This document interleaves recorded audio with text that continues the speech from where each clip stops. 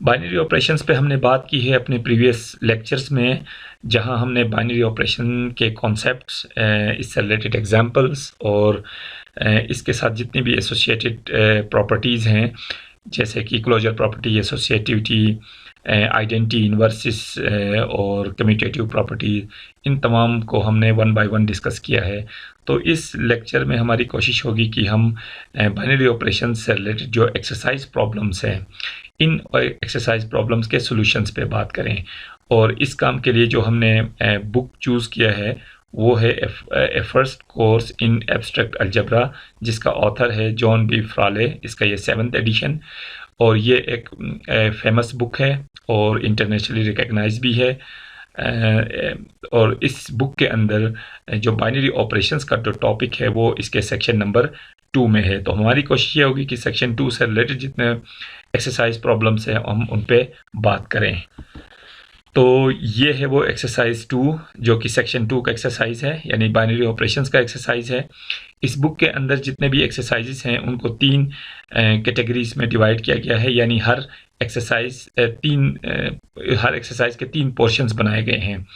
पहला पोर्शन इसके कंप्यूटेशंस का होता है, सेकंड जो पोर्शन होता है इसके अंदर वो कॉन्सेप्ट्स का होता है, और थर्ड पोर्शन इसके अंदर वो थ्योरी का होता है। तो सबसे पहला पोर्शन कंप्यूटेशंस का है। तो हम देखते हैं कि कंप्यूटेशन से रिलेटेड किस किस्म के प्रॉब्लम्स यहाँ पे दिए गए हैं।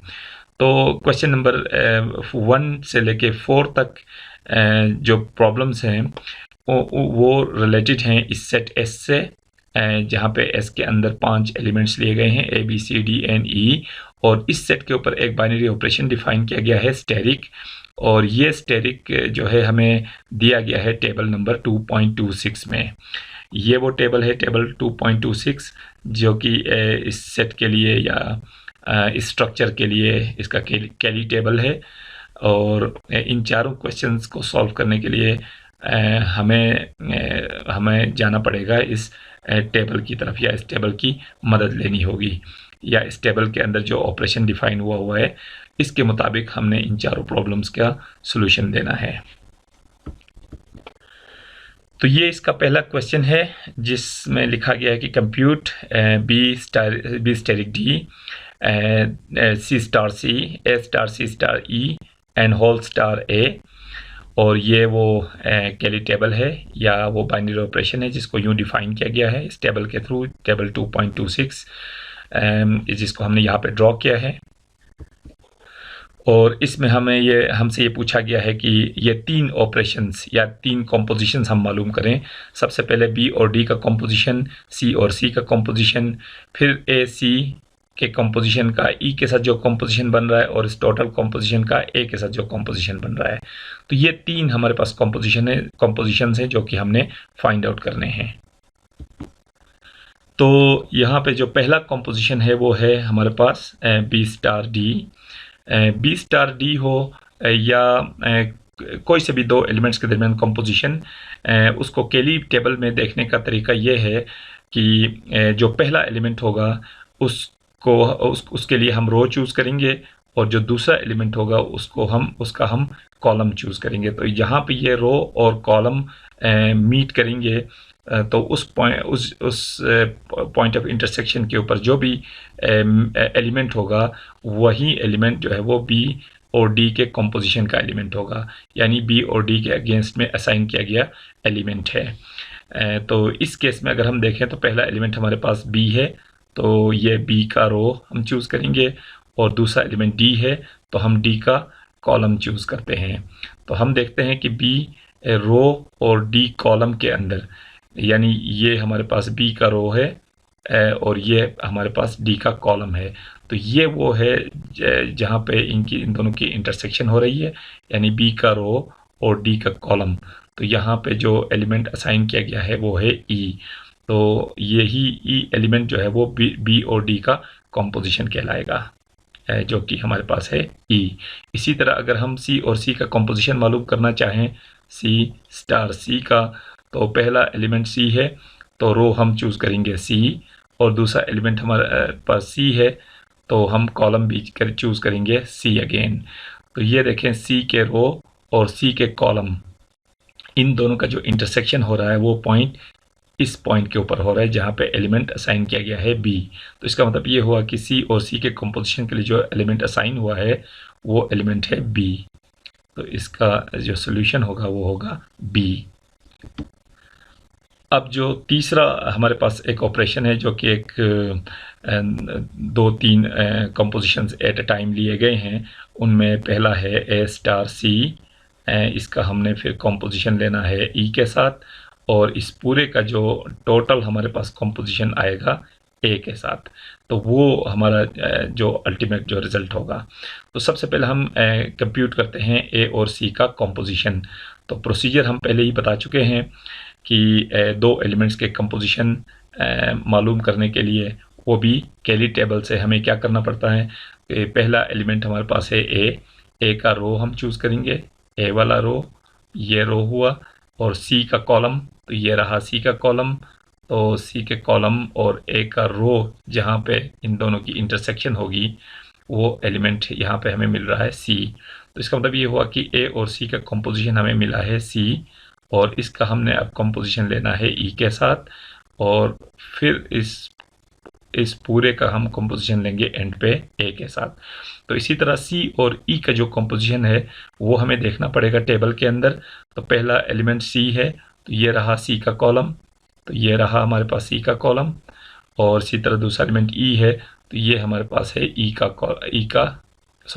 ये सी का रो और ई का कॉलम।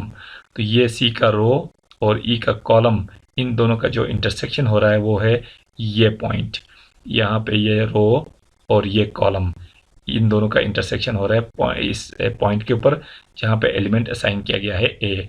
यही एलिमेंट सी और ई का कॉम्पोजिशन कहलाता है। तो ये सी और ई के अगेंस्ट में जो एलिमेंट असाइन हुआ है वो है हमारे पास एलिमेंट ए, और इसका हम अल्टीमेट कॉम्पोजिशन लेंगे ए के साथ। अब ए और ए का कंपोजिशन मालूम करना, तो हमें ए के रो में जाना होगा, और दूसरा एलिमेंट हमारे पास ए है तो उसके कॉलम में जाना पड़ेगा। तो इन दोनों का जहाँ पे भी इंटरसेक्शन होगा उस पॉइंट के ऊपर जो भी एलिमेंट असाइन होगा वही एलिमेंट इन दोनों का कंपोजिशन है। तो ए के रो में जाना है हमने, और ए के ही कॉलम, ये ए का कॉलम और ये ए का रो, तो इन दोनों यानी ये पहला रो है और ये पहला कॉलम, इन दोनों का जो इंटरसेक्शन हो रहा है वो है ये पॉइंट, और इस पॉइंट के ऊपर जो एलिमेंट असाइन हुआ है वो है ए। तो इसको फर्दर मैं लिख सकता हूँ ए। तो यही इसका जो है वो कंप्लीट सोल्यूशन है, यानी ये जो एक कंपाउंड एक कॉम्पोजिशन था हमारे पास, उसका जो अल्टीमेट रिजल्ट आएगा हमारे पास वो है ए। बाकी इन दोनों ये जो दो सिंगल कंपोजिशंस थी उनके वैल्यूज़ हम ऑलरेडी मालूम कर चुके हैं। ये जो तीसरा कंपोजिशन है उसकी वैल्यू हम मालूम कर चुके हैं, वो है ए। अब जो सेकंड क्वेश्चन है उसमें भी हमने दो कंपोजिशंस कंप्यूट करनी है। उसमें हमें बताया गया है कि compute a asterisk b asterisk c and a asterisk b asterisk c. हमने ये दो कंपोजिशंस कंप्यूट करनी है, और साथ साथ ये भी बताना है कि क्या ये जो बाइनरी ऑपरेशन है स्टेरिक वो एसोसिएटिव है या नहीं है। तो सबसे पहले हम इन दोनों की कंप्यूटेशन की तरफ जाते हैं। पहला एक्सप्रेशन मेरे पास है ए स्टार ये बी होल स्टार ये सी, और इसको कंप्यूट करने के लिए सबसे पहले हम ए और बी का कंपोजिशन मालूम करते हैं। तो ए और बी के कंपोजिशन के लिए ए के रो और बी के कॉलम में देखना होगा। ये ए का रो है और ये बी का कॉलम है, तो ए और बी का कंपोजिशन हमारे पास है बी। तो ए और बी का कंपोजिशन मेरे पास आया बी। इसका अब हमने सी के साथ कंपोजिशन लेना है, और बी और सी का कंपोजिशन अगेन हम इसी टेबल से लेते हैं। तो पहला एलिमेंट बी है तो बी के रो में देखना होगा और सी के कॉलम में। तो ये रहा बी का रो और ये रहा सी का कॉलम। तो बी के रो और सी के कॉलम में जो एलिमेंट है वो है ए। तो ये इसका टोटल कंपोजिशन है इस पहले एक्सप्रेशन का। अब जो दूसरा एक्सप्रेशन है वो है ए स्टार बी स्टार सी, और इस केस में सबसे पहले हम कंपोजिशन मालूम करते हैं बी और सी का। तो ए एज इट इज़ आएगा बी और सी का कंपोजिशन। तो ये बी का रो और ये सी का कॉलम। तो बी के रो और सी के कॉलम के अंदर जो एलिमेंट हमारे पास है वो है ए। और फिर ए और ए का कंपोजिशन देखें तो ए के रो और ए के कॉलम के अंदर जो एलिमेंट हमारे पास है वो है ए। तो इसका सॉल्यूशन भी हमारे पास ए निकल आया है। तो जो पहला काम है वो तो हमारा कंप्लीट हुआ। पहले एक्सप्रेशन का कंपोजिशन हम मालूम कर चुके हैं या उसकी वैल्यू हम इवेलुएट कर चुके हैं, वो है ए। और जो सेकंड एक्सप्रेशन है उसकी वैल्यू भी हम मालूम कर चुके हैं ए। अब जो सेकंड क्वेश्चन है कि क्या इस कंप्यूटेशन की बुनियाद पे, इस कैलकुलेशन की बुनियाद पे हम क्या ये कह सकते हैं कि ये बाइनरी ऑपरेशन जो है वो एसोसिएटिव होगा। क्योंकि एसोसिएटिविटी जो है या एसोसिएटिव प्रॉपर्टी जो है उसमें हमने ये देखा था कि हम किसी सेट को किसी भी बाइनरी ऑपरेशन के रिस्पेक्ट से एसोसिएटिव तब कहते हैं जब उस सेट में से हम कोई से भी तीन मेंबर्स उठाएं तो फर्स्ट टू के कंपोजिशन का लास्ट के साथ जो कंपोजिशन बन रहा है वो कंपोजिशन हमेशा सेम होना चाहिए, या उसका रिजल्ट या उसका कंपोजिशन या उसका जो अल्टीमेट जो रिजल्ट है वो सेम होना चाहिए उस रिजल्ट के कि जिसमें लास्ट टू एलिमेंट के कंपोजिशन को फर्स्ट के साथ कंपोज किया गया हो। तो अगर इन दोनों एक्सप्रेशंस की वैल्यूज सेम आए तो हम कहते हैं कि वो बाइनरी ऑपरेशन एसोसिएटिव है। लेकिन ये बात हमने जहन में रखनी है कि वहाँ पे हमने कहा था कि फॉर ऑल केसेस, यानी उस सेट के अंदर से जो तीन एलिमेंट्स हम ले सकते हैं वो मल्टीपल वेज में ले सकते हैं। तो जितने पॉसिबल वेज में हम थ्री टपल्स ले सकते हों, यानी उस सेट से हम तीन एलिमेंट्स चूज़ कर सकते हों, उन तमाम थ्री टपल्स के लिए ये बात जो है वो ट्रू होनी चाहिए। तो ये तो हमारे पास एक सिंगल केस है क्योंकि हमारे पास सेट में 5 एलिमेंट्स थे, उनमें से जो 3 एलिमेंट्स हमने लिए हैं वो ए, बी और सी। इन 3 एलिमेंट्स के लिए ये सिचुएशन बिल्कुल वेरीफाई हो रही है क्योंकि इस एक्सप्रेशन की वैल्यू भी हमारे पास ए है और इस एक्सप्रेशन की वैल्यू भी ए है। तो बज़ाहिर ये लग रहा है कि इन 3 एलिमेंट्स में से हम चाहे फर्स्ट 2 एलिमेंट के कंपोजिशन का लास्ट के साथ कंपोजिशन ले लें या लास्ट 2 के कंपोजिशन का फर्स्ट के साथ कंपोजिशन ले लें, कोई फ़र्क नहीं पड़ता, मतलब इसका रिजल्ट बिल्कुल सेम आ रहा है। लेकिन ये चीज़ जो है वो काफ़ी नहीं होगा ये बताने के लिए कि सेट के अंदर एसोसिएटिव प्रॉपर्टी है या ये जो बाइनरी ऑपरेशन है वो एसोसिएटिव है या नहीं है, क्योंकि ए बी सी के अलावा भी हमारे पास ऑप्शंस हैं। अगर हम एलिमेंट्स ए बी सी की जगह ए बी और बी चूज़ करें, ए सी और बी चूज़ कर लें, या ए डी और ई चूज़ कर लें, या इस तरह का कोई और अरेंजमेंट अगर हम चूज़ करते हैं तो एसोसिएटिव प्रॉपर्टी होने के लिए तो उन तमाम अरेंजमेंट्स के लिए ये सिचुएशन ट्रू होनी चाहिए। और ये सिचुएशन हमें यहाँ पे बिल्कुल भी ट्रू नज़र नहीं आती है। इस एक पर्टिकुलर केस के लिए जिसमें हमने जो तीन एलिमेंट्स लिए हैं ए बी सी, उस केस के लिए तो ये सही हो रहा है। लेकिन अगर हम ये अरेंजमेंट डिफरेंट ले लें, यानी जो 3 एलिमेंट्स हम चूज़ कर रहे हैं इस सेट में से वो डिफरेंट एलिमेंट्स चूज़ करें, जैसे कि हम एलिमेंट्स चूज़ करते हैं बी सी और डी, बी सी और डी, तो ये तीनों भी जो है उसी सेट एस के मेंबर्स हैं। तो यही सिचुएशन फिर इन तीनों मेंबर्स के लिए भी ट्रू होनी चाहिए, क्योंकि हमने कहा है कि ऑल पॉसिबल सिचुएशंस के लिए जो है ये जो प्रॉपर्टी है वो होल्ड करनी चाहिए। तो अब हम ज़रा इन तीनों को अगर हम टेस्ट करें तो सबसे पहले मैं लिखता हूँ B star c star D, इसको इक्वल होना चाहिए B star c star D के। अब हम ज़रा देखते हैं कि क्या ये दोनों वाकई इक्वल हैं या नहीं है। तो बी और सी का जो कॉम्पोजिशन है वो हम टेबल की मदद से अगर हम देख लें तो ये हमें मिल जाता है ए, क्योंकि इसको कैसे मालूम किया जाना है ये हम पहले बात कर चुके हैं। और ए का हम कॉम्पोजिशन लेते हैं डी के साथ, और ए और डी का कॉम्पोजिशन अब अगर हम यहाँ टेबल से देख लें तो ए और डी का कॉम्पोजिशन हमारे पास है बी। तो लेफ्ट हैंड साइड का जो एक्सप्रेशन है उसकी वैल्यू हमारे पास आई है बी।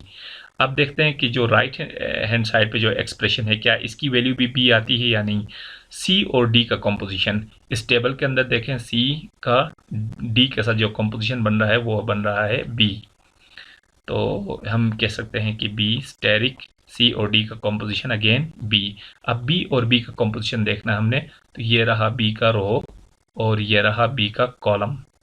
तो बी के कॉलम में और बी के रो में देखें तो जो एलिमेंट असाइन हुआ है वो है सी। तो इसके अगेंस्ट जो एलिमेंट आया है वो सी। इसका मतलब ये हुआ कि जो राइट हैंड साइड पे एक्सप्रेशन है उसकी वैल्यू आ रही है हमारे पास सी। इस एक्सप्रेशन की वैल्यू है बी और इस एक्सप्रेशन की वैल्यू है सी। तो यहाँ से ये बात बिल्कुल वाज़ेह है कि लेफ्ट हैंड साइड की वैल्यू डिफरेंट है और राइट हैंड साइड की वैल्यू डिफरेंट है। तो ये बिल्कुल भी नहीं कहा जा सकता कि ये एसोसिएटिव होगा। तो इसका मतलब ये हुआ कि इस सेट के अंदर जो 3 एलिमेंट्स हम लेते हैं उनके कुछ कम्बिनेशंस के लिए इस एक्सप्रेशन और इस एक्सप्रेशन की वैल्यू सेम हो सकती है, लेकिन कुछ कॉम्बिनेशंस हमारे पास ऐसी हैं कि जिनके लिए ये सिचुएशन जो है वो फुलफ़िल नहीं हो रही है। जबकि एसोसिएटिव प्रॉपर्टी होने के लिए लाजमी है कि जो 3 एलिमेंट्स हम चूज़ करते हैं एसोसिएटिविटी को टेस्ट करने के लिए, वो 3 एलिमेंट्स जिस ऑर्डर पे, जिस पैटर्न पे या जो एलिमेंट्स हम चाहें वो चूज़ कर सकते हैं और वो सिचुएशन तमाम यानी वो प्रॉपर्टी जो है वो तमाम सिचुएशंस के लिए ट्रू होनी चाहिए। अगर किसी एक कॉम्बिनेशन के लिए भी अगर ये प्रॉपर्टी फॉल्स हो तो हम कहते हैं कि सेट के अंदर ये प्रॉपर्टी एग्जिस्ट नहीं करती है या ये बाइनरी ऑपरेशन जो है वो एसोसिएटिव नहीं है। तो वही केस यहाँ पे भी है।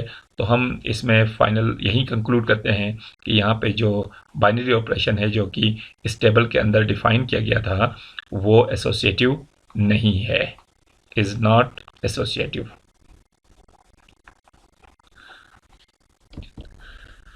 जो तीसरा क्वेश्चन है वो भी तकरीबन दूसरे से मिलता जुलता है। इसमें भी 2 कॉम्पोजिशंस या 2 एक्सप्रेशंस हमें दिए गए हैं और पहले पूछा गया है कि हम इन दोनों की वैल्यूज़ कैलकुलेट करें और ये भी पूछा गया है कि इस कैलकुलेशन की बुनियाद पे क्या हम ये कह सकते हैं कि सेट के अंदर एसोसिएटिव प्रॉपर्टी होगी या नहीं होगी। तो उनमें से पहला एक्सप्रेशन है बी डी और सी। यहाँ पे देखें जो एलिमेंट्स लिए गए हैं पहले ए बी सी लिए गए थे, अब बी डी और सी लिए गए हैं। तो बी डी सी जो पहला एक्सप्रेशन है उसकी वैल्यू कैलकुलेट करते हैं। उसके लिए सबसे पहले हम बी और डी का कॉम्पोजिशन मालूम करेंगे। तो इसी टेबल के अंदर बी के रो में और डी के कॉलम में हमें देखना होगा। ये बी का रो है और ये डी का कॉलम है। यहाँ पे हम देख सकते हैं कि जो एलिमेंट असाइन हुआ है वो है ई। तो बी और डी के अगेंस्ट में जो एलिमेंट असाइन हुआ है वो ई है। इसका अब हम कंपोजिशन लेंगे सी के साथ। तो ये ई स्टार सी है और इसकी वैल्यू ई और सी, ये रहा ई का रो और ये है रहा सी का कॉलम। तो यहाँ पे जो एलिमेंट असाइन हुआ है वो है ए। तो ये इसकी फाइनल वैल्यू है ए। इसी तरह जो सेकंड एक्सप्रेशन है बी स्टार डी सी, तो ये रहा बी स्टार डी सी। पहले हम डी सी की वैल्यू कैलकुलेट करते हैं। इसी टेबल के अंदर जब हम डी के रो में और सी के कॉलम में देखें, ये रहा डी का रो और ये रहा सी का कॉलम। तो यहाँ पे जो एलिमेंट असाइन हुआ है वो है बी। तो पहला एलिमेंट एज इट इज़ हमने लिख दिया, ये स्टार, और उसके बाद डी स्टेरिक सी की जगह हम बी लिख सकते हैं। अब बी और बी का कॉम्पोजिशन देखना है, तो ये रहा बी का रो और ये रहा बी का कॉलम। यहाँ पे जो एलिमेंट असाइन हुआ है वो है सी। तो इसकी फाइनल वैल्यू हमारे पास होगी सी। तो हम क्लियरली देख सकते हैं कि पहले एक्सप्रेशन की वैल्यू है ए और दूसरे एक्सप्रेशन की वैल्यू है सी। और इन दोनों एक्सप्रेशंस में क्या डिफरेंस है? तीनों एलिमेंट्स जो हैं वो सेम है, बी डी सी यहाँ पे भी, बी डी सी यहाँ पे भी। फ़र्क सिर्फ ये है कि यहाँ पे फर्स्ट 2 एलिमेंट्स के कंपोजिशन का लास्ट के साथ कंपोजिशन लिखा गया है और यहाँ पे लास्ट 2 के कंपोजिशन का फर्स्ट के साथ कंपोजिशन लिखा गया है। तो एसोसिएटिव प्रॉपर्टी होने के लिए इससे कोई फ़र्क नहीं पड़ना चाहिए कि फर्स्ट 2 के कंपोजिशन का हम लास्ट के साथ कंपोजिशन ले लें या लास्ट 2 का कंपोजिशन का हम फर्स्ट के साथ कंपोजिशन ले लें। और यहाँ पे हम बिल्कुल देख सकते हैं कि ये सिचुएशन बिल्कुल मीट नहीं हो रही है, यानी जो एसोसिएटिविटी की जो रिक्वायरमेंट है वो यहाँ पे फुलफ़िल नहीं हो रही है, क्योंकि इसकी वैल्यू कुछ और है और इसकी वैल्यू कुछ और है। तो इस बुनियाद पे हम ये कह सकते हैं कि इस सेट के अंदर जो है एसोसिएटिव प्रॉपर्टी नहीं है, या हम ये कह सकते हैं कि स्टेरिक जो है वो एसोसिएटिव नहीं है, इज़ नॉट एसोसिएटिव। यहाँ पे एक और चीज़ हम क्लियर करते चलें कि पहले हमने एक पर्टिकुलर केस लिया था। उस पर्टिकुलर केस में हमने देखा कि लेफ़्ट हैंड साइड और राइट हैंड साइड की वैल्यू सेम थी, लेकिन स्टिल हमने ये कहा कि इस एक केस की बुनियाद पे हम पूरे सेट को जनरलाइज नहीं कर सकते कि ये प्रॉपर्टी पूरे सेट के अंदर होगी या इस पूरे बाइनरी ऑपरेशन के लिए होगी। लेकिन जब बात नेगेशन की हो, जब किसी चीज़ को डिनाई करना हो, तो वहाँ पे हमारे लिए एक पर्टिकुलर केस काफ़ी होता है। तो इस केस में हम ये कह सकते हैं कि ये जो सिंगल एक केस है, एक पर्टिकुलर केस है जिसमें 3 एलिमेंट्स जो लिए गए हैं, इसकी बुनियाद पे हम डिसाइड कर सकते हैं कि स्टेरिक जो है वो एसोसिएटिव नहीं है। ये हम लिख सकते हैं कि इट्स नॉट एसोसिएटिव। इसमें जो 4th क्वेश्चन है उसमें ये पूछा गया है कि इज स्टार एसोसिएटिव वाई, यानी हमने बताना है कि क्या ये जो बाइनरी ऑपरेशन है इस टेबल के अंदर जो बाइनरी ऑपरेशन डिफाइन हुआ है, क्या ये एसोसिएटिव होगा सेट एस के लिए जिसके अंदर एलिमेंट्स हैं ए बी सी डी और ई। तो हमने ये चीज़ पहले ऑब्ज़र्व भी की है पहले 3 क्वेश्चंस में, और हमने वहाँ पे इसको रिस्पॉन्ड भी किया है, वहाँ पे कहा भी है कि ये जो बाइनरी ऑपरेशन है स्टेरिक वो बिल्कुल भी एसोसिएटिव नहीं है। और उसकी रीज़न भी हमने वहाँ पे बताई थी। वो ये बताई थी कि एसोसिएटिव जो प्रॉपर्टी होती है वो ये कहती है कि किसी भी सेट के ऊपर जब कोई बाइनरी ऑपरेशन डिफाइन किया गया हो और हम उस सेट में से कोई से भी 3 एलिमेंट्स उठाएं, कोई से भी, और किसी भी पैटर्न पे, किसी भी ऑर्डर में, किसी भी तरतीब में उनको रख के जब हम उन तीनों को कंपोज करना चाहें, यानी उन तीनों की कंपोजिशन मालूम करना चाहें, तो इससे कोई फ़र्क नहीं पड़ना चाहिए कि फर्स्ट 2 का कंपोजिशन हम पहले ले रहे हैं या लास्ट 2 का कंपोजिशन हम पहले ले रहे हैं। यानी फर्स्ट 2 के कंपोजिशन का लास्ट एलिमेंट के साथ, यानी तीसरे एलिमेंट के साथ कंपोजिशन ले लें, या लास्ट 2 एलिमेंट के कंपोजिशन का पहले एलिमेंट के साथ कंपोजिशन ले लें, कोई फ़र्क नहीं पड़ना चाहिए।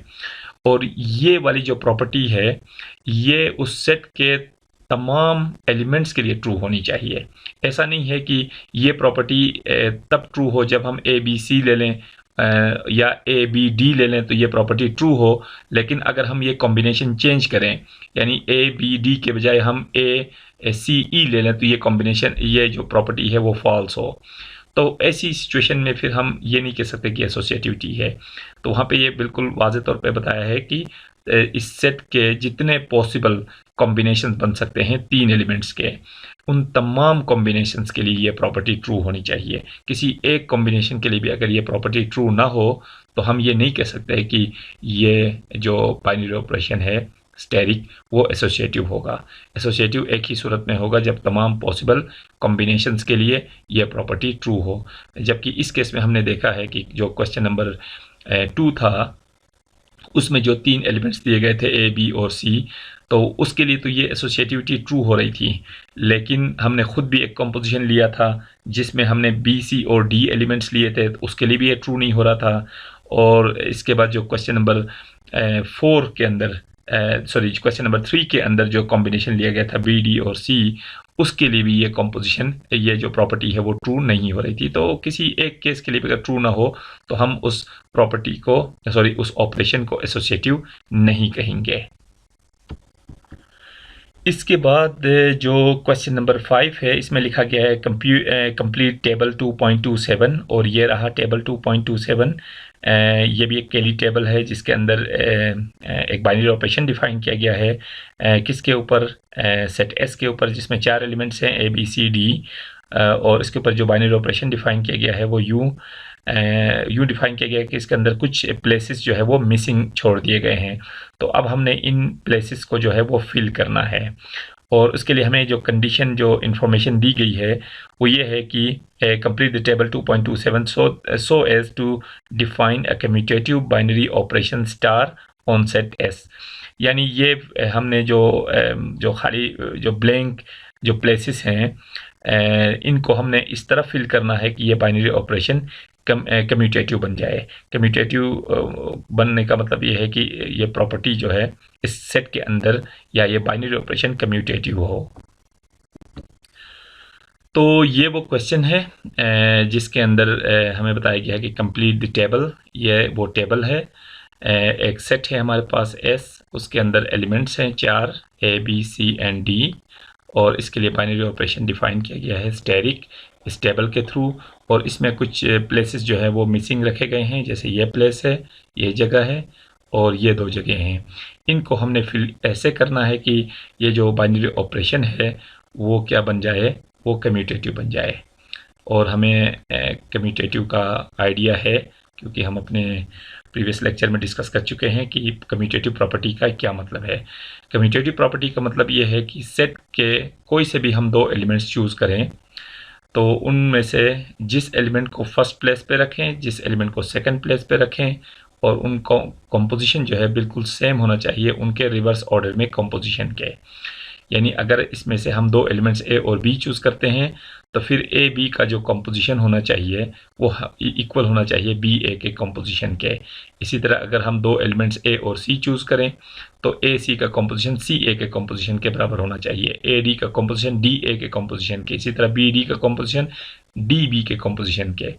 तो सेट के अंदर जितने पॉसिबल पेयर्स बन सकते हैं, उन तमाम पेयर्स के लिए ये प्रॉपर्टी होल्ड करे, तब हम कहते हैं कि ये बाइनरी ऑपरेशन कम्यूटेटिव है। तो अब चूंकि हमें बताया गया है कि बाइनरी ऑपरेशन कम्यूटेटिव होना चाहिए, तो इसी को बुनियाद बना के हम इनकी वैल्यूज़ हम कैलकुलेट करने की कोशिश करते हैं। तो सबसे पहला जो हमारे पास प्लेस है, जो वैकेंट प्लेस है, वो है ये वाली, और यहाँ पे जो नंबर आएगा वो बेसिकली ए और डी का कॉम्पोजिशन आएगा। तो ए और डी का कॉम्पोजिशन, क्योंकि ये ए के रो और डी के कॉलम में है, तो पहला जो हमने बॉक्स फिल करना है वो बेसिकली ए और डी का कॉम्पोजिशन है। अब ए और डी का जो कॉम्पोजिशन है वो मालूम करने के लिए हमारे पास इंफॉर्मेशन ये है कि जो बाइनरी ऑपरेशन है वो कम्यूटेटिव होना चाहिए। तो कम्यूटेटिव ये तब होगा जब ए और डी का कॉम्पोजिशन बिल्कुल वही हो जो कॉम्पोजिशन डी और ए का है। अगर ए डी का कॉम्पोजिशन डी ए के कॉम्पोजिशन के इक्वल होगा, तब जाके बाइनरी ऑपरेशन स्टार जो है वो कम्यूटेटिव कहला सकता है। तो हम ये देखते हैं कि डी और ए का क्या कंपोजिशन है। तो डी और ए का कंपोजिशन इस टेबल के अंदर हमें दिया गया है, जो कि डी है, क्योंकि डी ए का कंपोजिशन डी का रो ए का कॉलम, ये रहा डी का रो और ये पहला कॉलम ए का। तो इन दोनों का इंटरसेक्शन पे जो एलिमेंट असाइन किया गया है वो है डी। तो डी ए का कंपोजिशन बेसिकली है डी। जब डी ए का कॉम्पोजिशन डी है, तो फिर ए डी का कॉम्पोजिशन भी डी होना चाहिए, तब जाके जो है जो बाइनरी ऑपरेशन कम्यूटेटिव हो सकता है। तो हम ये कंक्लूड कर सकते हैं कि ए डी का कॉम्पोजिशन भी हमारे पास डी ही होना चाहिए। तो ये पहला प्लेस हमारे पास, इसकी वैल्यू आ चुकी है डी। इसी तरह जो हमारे पास सेकंड प्लेस है वो है ये पॉइंट, और ये बेसिकली कंपोजिशन है बी और सी का। तो ये प्लेस बेसिकली बी और सी का कंपोजिशन है। अब चूंकि हमें बताया गया कि स्टेरिक को जो है वो कम्यूटेटिव होना चाहिए, और हमें पता है कि स्टेरिक कम्यूटेटिव तब होगा जब बी सी का कंपोजिशन इक्वल हो सी बी के कंपोजिशन के। और हमारे पास जो सी बी का कंपोजिशन है वो है ए, क्योंकि सी का रो और बी का कॉलम, ये है एलिमेंट ए, सी बी का कंपोजिशन हमारे पास है ए। तो हम ये कह सकते हैं कि बी सी का कंपोजिशन वही होगा जो सी बी का कंपोजिशन है, क्योंकि स्टेरिक जो है वो कम्यूटेटिव है। तो सी बी का कंपोजिशन ए, तो बी सी का कंपोजिशन भी हमारे पास ए होना चाहिए। तो इस प्लेस में हमारे पास एलिमेंट ए आना चाहिए, और बाकी ये दो प्लेसेस अभी तक हमारे पास खाली हैं। तो ये प्लेस बेसिकली डी और बी का कंपोजिशन है, ये है डी और बी का कंपोजिशन। और कम्यूटेटिविटी के थ्रू हम कह सकते हैं कि डी बी का कंपोजिशन इक्वल होता है बी डी के कंपोजिशन के, और बी डी का कंपोजिशन हमारे पास मौजूद है सी। तो ये है सी। तो यहाँ से पता चला कि डी बी का कंपोजिशन भी फिर सी ही होना चाहिए। तो ये डी बी का कंपोजिशन हमारे पास सी होना चाहिए। इसी तरह इस प्लेस को फिल करने के लिए हम देखते हैं कि ये डी और सी का कंपोजिशन है, डी और सी का कंपोजिशन है, और कम्यूटेटिविटी के तहत हम कह सकते हैं कि डी सी को इक्वल होना चाहिए सी डी के, और सी डी का कंपोजिशन हमारे पास मौजूद है, ये रहा सी, और इसके रो में जाएं और डी के कॉलम में अगर हम देखें तो ये हमारे पास एलिमेंट है बी। तो सी डी का कंपोजिशन हमारे पास है बी। तो सी डी का कंपोजिशन अगर बी है, तो कम्यूटेटिविटी के तहत डी सी का कंपोजिशन भी बी होना चाहिए। तो ये डी सी का कंपोजिशन हमारे पास बी। तो यूँ ये क्वेश्चन जो है अपने कंक्लूजन तक पहुँच गया।